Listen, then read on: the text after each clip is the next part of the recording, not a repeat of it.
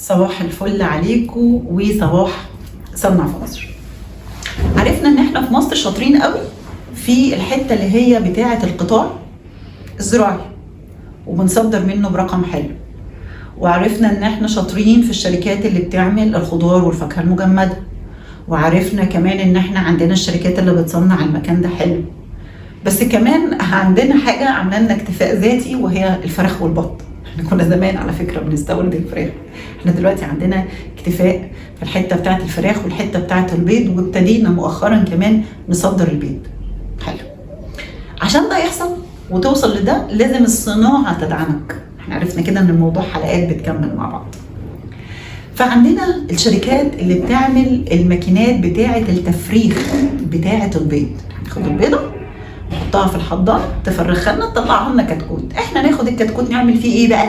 ناخده نبتدي بعد كده نربيه يطلع لنا ايه؟ يطلع لنا فرخ. طيب عندنا بقى الشركات اللي بتصنيع ماكينات التفريخ. على فكره احنا كنا لحد وقت قريب بنشتري ماكينات التفريخ من الصين، وكنا بنشتري من ايطاليا، وكنا بنشتري من تركيا، وكنا بنشتري من دول كتير. جت الشركه الهندسيه لتصنيع ماكينات التفريخ اللي موجوده في الدقهليه.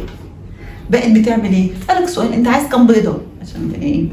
يعني بيعملوا من اول التربيه المنزليه اللي هو بنتكلم في 50 بيضه و70 بيضه و126 بيضه و210 و1600، واطلع معاك بالاحجام الوسط.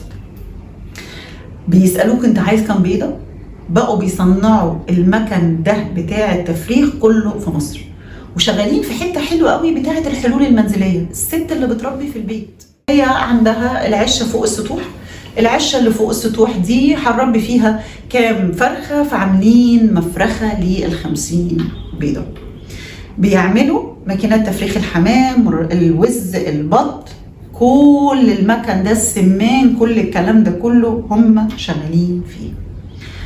صباح الفل على الناس الحلوه، صباح على اللي بيعمل قيمه مضافه وبيعمل قيمه في الاقتصاد تعظم الناتج بتاع الاقتصاد. صباح الفل عليكم وصباح صنع في مصر.